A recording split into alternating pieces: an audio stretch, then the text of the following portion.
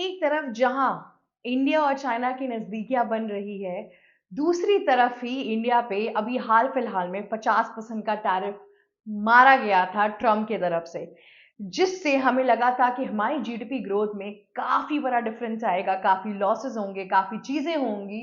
लेकिन इस साल की सबसे बड़ी खबर इस टाइम पर आ चुकी है। पहली रिपोर्ट, फर्स्ट क्वार्टर रिपोर्ट जो जीडीपी की आई है, उसमें इंडिया की जीडीपी 7.8% है। ये बहुत ही बड़ा नंबर है जिससे हमने ग्रो किया है इस टाइम पर। ये काफी खुशी का माहौल है इंडिया के अंदर, काफी अप्रिशिएटिंग बात है इस टाइम पर आइए देखते हैं कि कैसे अब क्या ये टैरिफ और इन सब चीजों के बाद से चीजें और गिर जाएंगी, ये इसमें और ग्रोथ देखने को मिलेगी क्या, कैसे और कहाँ, ये सब हम आपको बताएंगे एबीसी हिंदी पर। नमस्कार, मेरा नाम शिव चित्रांशी है और आप देख रहे हैं हमारा चैनल जिसमें हम जियो पॉलिटिकल अपडेट्स देते हैं आपको।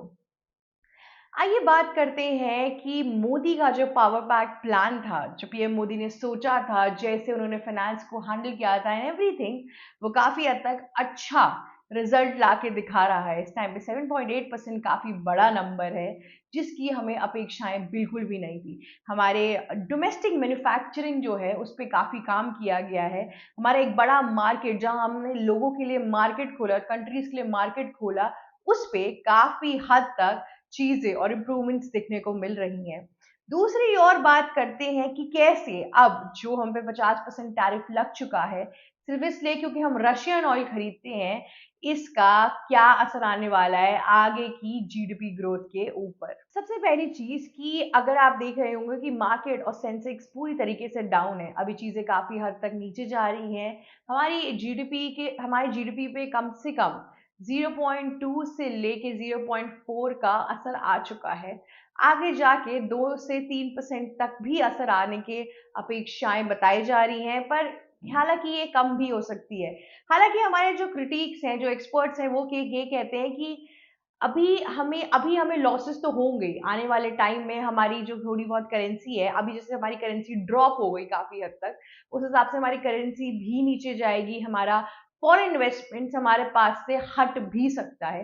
पर अगर आप लॉन्गर रन में देखिए, जिस हिसाब से रणनीतियां पीएम नरेंद्र मोदी इस टाइम पे रख रहे हैं, जिस तरीके से उन्होंने पहले रशिया के साथ, फिर अब इस एससीओ समिट में उन्होंने काफी अच्छा एक ग्लोबल स्टैंड रखा है, उस हिसाब से ये मुश्किल है कि इंडिया का आगे ग्रो करना नामुमकिन है। ऐसा कुछ नहीं है, काफी हद तक ग्रोथ दिख रही है, पर अभी कुछ महीने तो इंडिया के लिए काफी टफ है, जब तक हमने अलग अलग जगहों पे हमारे जो टेक्सटाइल है, हमारा जो ज्वेलरी सेक्टर है, सी फूड है, इन सब जगहों पे जहां पे 50% टैरिफ इम्पोज हुआ है, उन सारी जगहों का हम एक ऑल्टरनेटिव नहीं ढूंढ पा रहे हैं तब तक। क्योंकि अभी का जो हमारा सामान है जो जाने वाला था, वो काफी एक्सपेंसिव हो चुका है।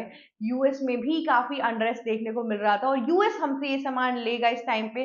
काफी इंडस्ट्रियलिस्ट, काफी इम्पोर्टर्स जो हमसे सामान ले रहे थे, वो उन्होंने बंद कर दिया है इस टाइम पे। तो काफी सिचुएशन डामाडोल सी है इस टाइम पे। अगर आप देखिए, इनकम टैक्स रेट भी कम किया जा रहा है।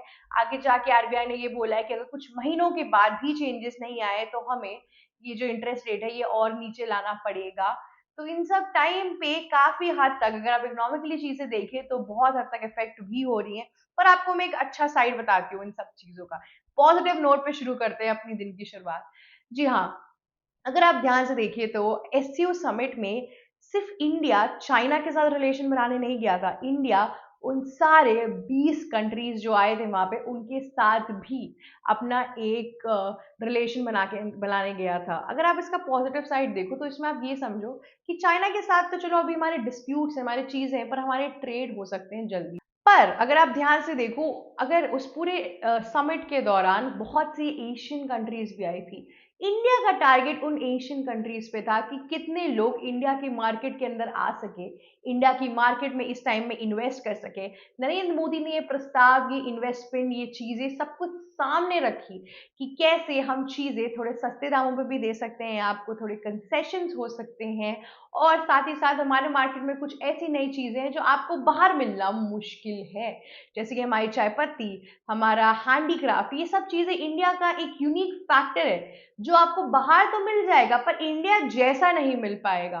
तो इस टाइम पे अगर एशियन कंट्रीज को अपनी वेस्टर्न डिपेंडेंसी कम करनी है तो वो इंडिया से ट्रेड कर सकते हैं। इस टाइम पे इंडिया बहुत ही गुड वे ऑफ इन्वेस्टमेंट माना जा रहा है। जैसे कि आपने देखा कि कहाँ एप्पल और सैमसंग जैसी कंपनियां इतने बड़े अपने शोरूम्स और मैन्युफैक्चरिंग खोल रही है, which is make in India. ये पूरा जो इंडिया का आत्मनिर्भरता के ऊपर जो पूरा इस टाइम पे क्या कहते हैं एम्फोसिस है, इस टाइम पे जो उनका दबाव वो डाल रहे हैं, काफी हद तक हेल्प कर रहा है।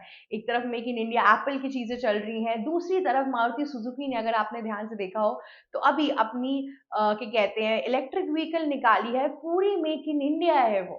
तो इस टाइम पे एशिया को नरेंद्र मोदी ये दिखा रहे हैं कि हमारा मार्केट किस तरीके से खुला है।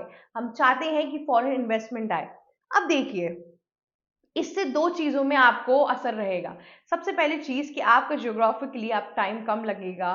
करेंसी, अगर आप एशियन करेंसी में ही डील करेंगे तो आपको फिर भी डॉलर से काफी सस्ते दाम पे चीजें मिल जाएंगी। इस टाइम पे टैरिफ की सिचुएशंस में आप वेस्टर्न कंट्रीज की जगह अगर आप एशियन कंट्रीज लेंगे तो भी अच्छा होगा। दूसरी चीज, ये जो एशियन कंट्रीज का पूरा ग्लोबल इम्पैक्ट है वो भी एक तरीके से एकजुट होकर सामने आएगा। एक तरीके से अगर आप समझे कि हम अपने ही पड़ोसियों को साथ मिलकर एक पावर पैक, एक पावरफुल पुश दे रहे हैं। चाइना की हमेशा थ्योरी कुछ ऐसी ही रही है, चाइना कभी किसी का कंप्लीट साथ नहीं देता है, ट्रैप भी करता है, पर उसके मेजर जो अलाइनमेंट्स हैं और जो एलाइज हैं वो आप देखोगे तो उसकी नेबरिंग कंट्री होती है। हालांकि वो नेबरिंग कंट्रीज झुकाव में ही रहती हैं पर उसके एलाइज उन सब चीज़ों में और इन सब कंट्रीज के अंदर ही होते हैं। तो इस टाइम पे अगर भारत भी सेम रणनीति अपनाएगा, अगर वो वेस्टर्न कंट्रीज से जो उन्हें धोखा मिला है उसके बाद से अगर उसको हटा के एशियन कंट्रीज पे ध्यान देगा, ब्रिक्स जैसी ऑर्गेनाइजेशन और जो अभी चाइना के साथ चीजें चल रही हैं उस पर ध्यान देगा, तो एक पावरफुल इम्पैक्ट आएगा और एक ग्लोबल मैसेज भी जाएगा। तो इन सब चीजों के लिए ये देखना बहुत महत्वपूर्ण है कि भारत अपने कौन कौन से सेक्टर्स में किस तरीके से काम करता है। हमारी डोमेस्टिक मैन्युफैक्चरिंग बढ़ रही है, हमारे मार्केट बढ़ रहे हैं, हम अपनी कहते हैं एक्सपोर्टिंग कंपनीज को सब्सिडीज दाम पे चीजें देना शुरू कर रहे हैं, हमारे लोन्स बढ़ते जा रहे हैं, हम अपनी क्या कहते हैं मेक इन इंडिया पॉलिसी से बहुत हद तक पार्ट्स भी एक्सपोर्ट करना शुरू कर सकते हैं। तो जिन लोगों को चाइना के डेट ट्रैप या चाइना की चीज़ों में नहीं फंसना है, वो इंडिया को अपना ऑल्टरनेटिव समझ के इंडिया से चीज़ें ले सकते हैं। जी हाँ, काफ़ी हद तक हेल्पफुल होगा। प्लस अगर आप ध्यान से देखो तो इंडिया को 5% डिस्काउंट पे रशियन ऑयल भी मिलना शुरू हो चुका है। अब ये बात सच है कि झूठ है कि इंडिया बेच रहा है नहीं बेच रहा है, वो दूसरी बात है। लेकिन अगर इंडिया इसे बेचना शुरू करेगा तो इंडिया को काफ़ी प्रॉफिट भी हो सकता है इन सब चीज़ों के वजह से। तो ये सब जो अपकमिंग हमारे न्यूज़ हैं, जो अपकमिंग चीज़ें हैं, इस पे ध्यान देना बहुत इंपॉर्टेंट है कि किस तरीके से रणनीतियाँ बदलेंगी। और क्योंकि हमने एक हाइक देख ली है, तो हमारी एक्सपेक्टेशंस गवर्नमेंट के साथ और हमारे जो फाइनेंस डिपार्टमेंट के लोग हैं उनके साथ थोड़ी और बढ़ गई है। कैसे चीज़ें और साझेदारियों में चलेंगी, ये सब देखना बहुत इंटरेस्टिंग होने वाला है। दूसरी ओर हम ये भी देख सकते हैं कि कैसे इंडिया ने इस टाइम पे जापान के साथ भी अच्छे रिलेशन मेंटेन किए। तो जितनी भी एशियन कंट्रीज अगर आप देखो जो पावर में है इस टाइम पे, उन सब के साथ इंडिया एक अच्छे अलाइनमेंट में चल रही है। ये भी और सारी कंपेटिटिव एशियन कंट्रीज को एक अच्छा रिस्पॉन्स देगी, एक अच्छा इम्पैक्ट देगी। अगर ये सब लोग कर पा रहे हैं तो हम क्यों नहीं। हमें भी इंडिया के साथ इजी ट्रैक पे जाना चाहिए। और इंडिया का जो ट्रैक रिकॉर्ड है ट्रेड के मामले में, वो फेयर ट्रेड डील्स में भरोसा करते हैं। ऐसा झूठ अनफेयर डील्स ये सब नहीं है कि आपको डेड ट्रैप में फंसा लेंगे चाइना जैसे या कुछ भी। ये सब चीजें इतनी इंडिया नहीं करती। इंडिया की इमेज बहुत ही पीस मेकर, साफ सुथरी, शाकाहारी टाइप्स है। तो ये जो कंप्लीट पैकेज इंडिया लेके चल रहा है, ये इमेज और ये चीजें उनको ग्लोबल इम्पैक्ट में भी हेल्प करेंगी। और वो दिन दूर नहीं जब western country versus eastern countries एक पैरेलल उसमें चलेंगी और उसके फाउंडिंग मेंबर्स, या मैं बोलूँ जो मेन नींव चार पिलर है उन सब में से एक पिलर इंडिया भी होगा। और वो भी पीएम नरेंद्र मोदी के नेतृत्व में होगा, उनके विजन में होगा। तो आप बिल्कुल मत घबराइए इस पूरे टेंशन के टाइम में चीज़ें कैसे और कब होने वाली हैं, इस पे देखना बहुत ही दिलचस्प होगा। इन सब चीज़ों के लिए हमारे चैनल पे बने रहिए। मेरा नाम शिवचित्रांशी है और आप देख रहे हैं ABC Hindi. Please like, share, comment और सब्सक्राइब करना मत भूलिएगा। और दूसरी ओर हमने समिट से रिलेटेड, इंडिया चाइना और इंडिया रशिया, इन सब के रिलेशन से रिलेटेड काफ़ी और वीडियोज़ भी बनाई हैं। तो प्लीज़ एक बार गो थ्रू करिए। एंड में जाते-जाते ये कहूँगी कि कमेंट करना मत भूलिएगा, क्योंकि अगर आप फीडबैक नहीं देंगे तो हमें पता कैसे चलेगा आपको कितनी चीज़ें समझ में आ रही हैं, कितनी नहीं। इन सब चीज़ों के लिए हमारे साथ बने रहिए and thank you for listening us. ABC Hindi news आज ही जुड़िए हर खबर के साथ।